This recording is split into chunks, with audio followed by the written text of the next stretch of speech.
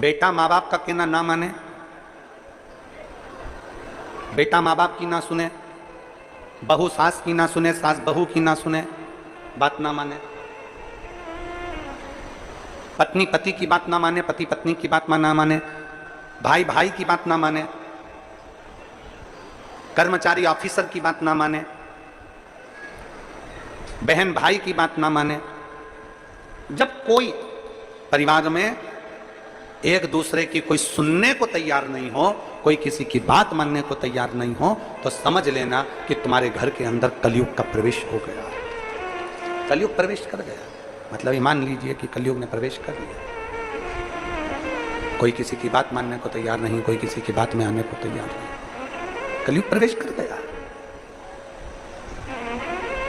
मतलब निश्चित है कि कलयुग ने प्रवेश कर लिया। कोई किसी को सुनना ही नहीं चाहता, कोई किसी को सुनना नहीं चाह रहा है।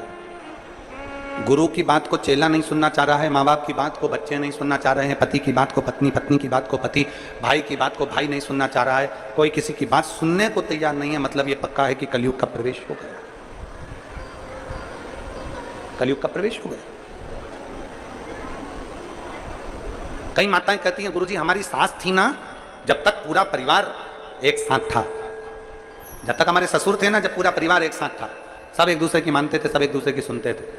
पर जब से वो गई ना, तब से हमारा पूरा परिवार बेकार हो गया। ना जाने क्या हो गया परिवार में, सब एक दूसरे को झगड़ा कर रहे हैं, एक दूसरे से लड़ रहे हैं, एक दूसरे को टांग खींचते रहते हैं। ना जाने क्या हो गया, जब से सास गई, जब से ससुर गया। कारण क्या था? तुम्हारे सास ससुर घर में थे, माता पिता घर में थे, तो उनकी पुण्याई भी हमारे घर में थी, उनकी पुण्याई घर में थी, तो ये क्लेश नहीं होता था, कलयुग उसके अंदर प्रवेश नहीं करता था। जब माता पिता थे तो उनका भजन, माता पिता थे उनका दान, माता पिता थे उनकी पुण्याई हमारे साथ में थी, तो कलयुग प्रवेश नहीं करता था। जब माता पिता चले गए तो उनकी पुण्याई भी साथ में चली गई, इसलिए अब कलयुग ने तुम्हारे घर में प्रवेश करना प्रारंभ करा। कोई किसी को सुनने को तैयार नहीं,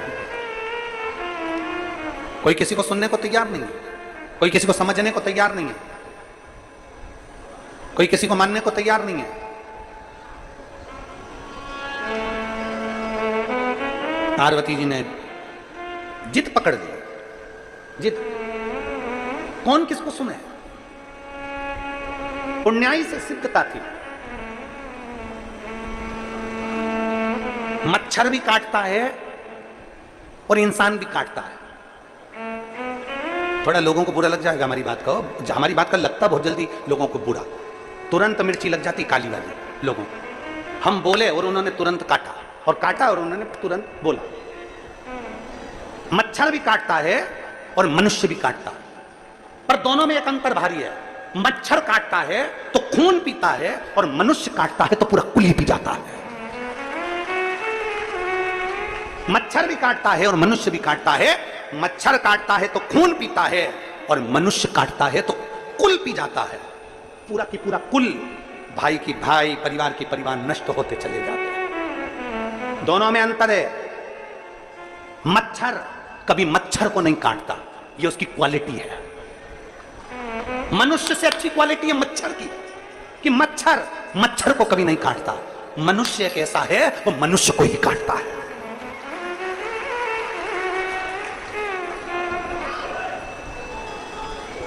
मनुष्य केवल एक ऐसा है, वो मनुष्य को ही काटता है, मनुष्य को।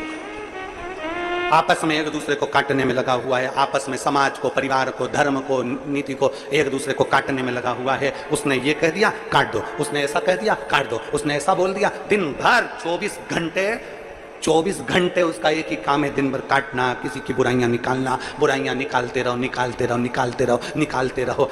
कभी कभी तो ऐसा लगता है कि परमात्मा ने इनको जन्म ही केवल बुराई निकालने के लिए भेजा। अच्छा देखो ना, घर में एक बहू है, घर में एक सास है। सास कभी बुरी नहीं होती, ना बहू कभी बुरी होती है। अगर सास बुरी होती तो तेरे को लेके नहीं आती, और अगर बहू बुरी होती तो वो तेरे घर में नहीं आती। दोनों अच्छी है, सास भी अच्छी है, बहू भी अच्छी है। बस समय का चक्र थोड़ा सा घूम जाता है, जिसमें दोनों का अहम सामने आकर खड़ा हो जाता है। ये शोरगुल जो हो रहा है, इसको थोड़ा सा सेट करिए ना बाबा। सास भी बुरी नहीं है, बहू भी बुरी नहीं है, दोनों सामने, दोनों का अहम सामने आकर खड़ा हो जाता है, दोनों का। इसलिए समय का चक्र बुरा बता देता। समय का चक्र बुरा हो जाता। कोई बुरा नहीं संसार, भाई भाई बुरा नहीं है, देवरानी जेठानी बुरी नहीं है, ननंद नंदोई बुरे नहीं है, परिवार का कोई सदस्य बुरा नहीं है, पड़ोसी बुरा नहीं है, रिश्तेदार बुरे नहीं है, नातेदार बुरे नहीं है, संसार में कोई बुरा नहीं है। आप अपना चश्मा तो चेंज कर देखिए, पीला चश्मा लगाकर देखोगे तो सब पीले दिखेंगे, काला चश्मा लगाकर देखोगे तो काले दिखेंगे, नीला चश्मा लगाकर देखोगे तो नीला दिखेगा। बुराई के चश्मे से देखोगे तो सब बुरा नजर आएगा, अच्छाई के चश्मे से देखोगे तो सब अच्छा नजर आएगा। चश्मा तो चेंज करिए, थोड़ा स्लो करो वाद्यंत्रों को, चश्मा तो चेंज करिए थोड़ा सा, और चश्मा चेंज कर देखिए। आप थोड़ा सा चश्मा चेंज करोगे, आपको सब अच्छा नजर आने लगेगा, सब अच्छा दिखेगा।